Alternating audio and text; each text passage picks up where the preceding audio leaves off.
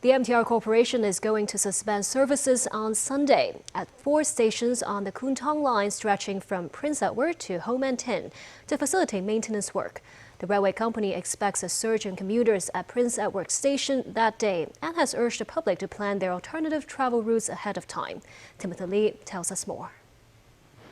The MTR has reminded the traveling public to pay particular attention to these signs placed in stations such as Prince Edward, Mongkok, and Yamate.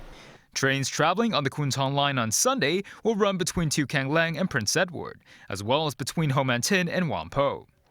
The arrangement is to facilitate the replacement of more than 50 metal hangers used for hanging power cables from the tunnel ceiling in that section of the tracks between Prince Edward and Ho Man Tin stations.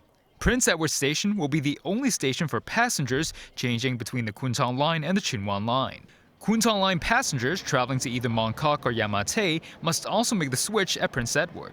The MTR will deploy some 1,000 staff members to hold signs displaying changes in lines and platforms as part of the measure.